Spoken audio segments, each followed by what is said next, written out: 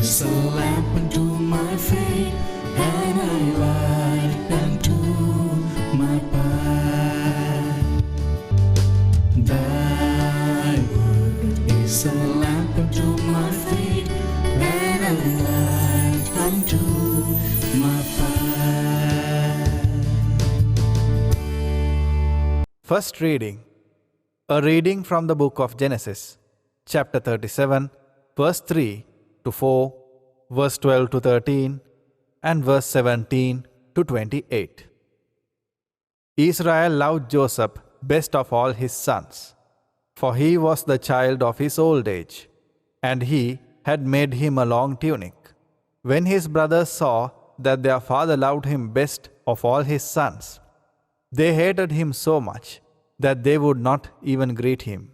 One day, when his brothers had gone to pasture their father's flock at Shechem, Israel said to Joseph, "Your brothers, you know, are tending our flocks at Shechem. Get ready, I will send you to them." So Joseph went after his brothers and caught up with them in Dothan. They noticed him from a distance, and before he came up to them, they plotted to kill him. They said to one another, "Here comes that master dreamer. Come on, let us kill him and throw him into one of these cisterns here. We would say that a wild beast devoured him. We shall see what comes of his dreams." When Reuben heard this, he tried to save him from their hands, saying, "We must not take his life. Instead of shedding blood," he continued, "just throw him into that cistern there in the desert. But do not kill him outright." His purpose was to rescue him from their hands and return him to his father. So, when Joseph came up to them, they stripped him of the long tunic he had on. Then they took him and threw him into the cistern, which was empty and dry. They then sat down to their meal. Looking up, they saw a caravan of Ishmaelites coming from Gilead, their camels laden with gum, balm, and resin, to be taken down to Egypt.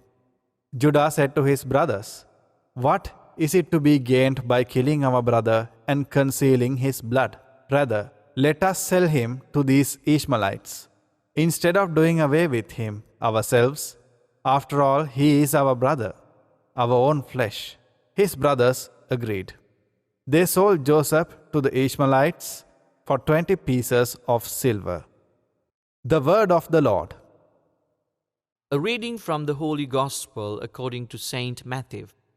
Jesus said to the chief priests and the elders of the people, "Hear another parable. There was a landowner who planted a vineyard, put a hedge around it, dug a winepress in it, and built a tower. Then he leased it to the tenants and went on a journey. When vintage time drew near, he sent his servants to the tenants to obtain his produce. But the tenants seized the servants, and one they beat, another they killed, and a third they stoned. Again he sent other servants, more numerous than the first ones, but they treated them in the same way. Finally, he sent his son to them, thinking that they will respect my son. But when the tenants saw the son, they said to one another, 'This is the heir. Come, let us kill him and acquire his inheritance.' They seized him, threw him out of the vineyard, and killed him. What will the owner of the vineyard do to those tenants when he comes?" They answered him, "They will put those wretched men to a wretched death, and lease his vineyard to other tenants, who will give him the produce at the proper times." Jesus said to them, "Did you never read in the Scriptures, 'The stone that the builders rejected has become the cornerstone'? By the Lord has this been done, and it is wonderful in our eyes. Therefore, I say to you, the kingdom of God will be taken away from you and given to a people that will produce its fruit." When the chief priests and the Pharisees heard this parable, they knew that he was speaking about them. And although they were attempting to arrest him, they feared the crowds, for they regarded him as a prophet. The Gospel of the Lord. Usually, we hear of good house builders, about good engineers, about good doctors, about good teachers. Why do we have labeled them as good? Because they are loyal to their responsibility and they do have dedicated themselves to the given responsibility and they have undertaken it and they have fulfilled it to the fullest. Therefore, what happens? A good house builder, he gets so many contracts. A good doctor, he gets so many patients. A good teacher, he gets so many students. This is what happens, my dear friends, when the undertaken responsibility is fulfilled to the fullest with the desire. Today, in the Gospel, we hear the parable of the tenants, where this vineyard owner, it says, he did everything in the vineyard. He planted the vineyard, he put a fence around it, and he dug a hole for the wine press, built watchtowers. He did everything that is required in the vineyard, and then ultimately he leased it to some tenants. And these tenants had just to look after the vineyard. Once the harvest time comes, this owner, he sends his servants to get his share. He is the owner. But what happens, my dear friends? These tenants, they rejected to give the share that is to be given to the owner. At times, they fought with them, they hurt the servants, ultimately even they murdered this owner's son. This is what happened.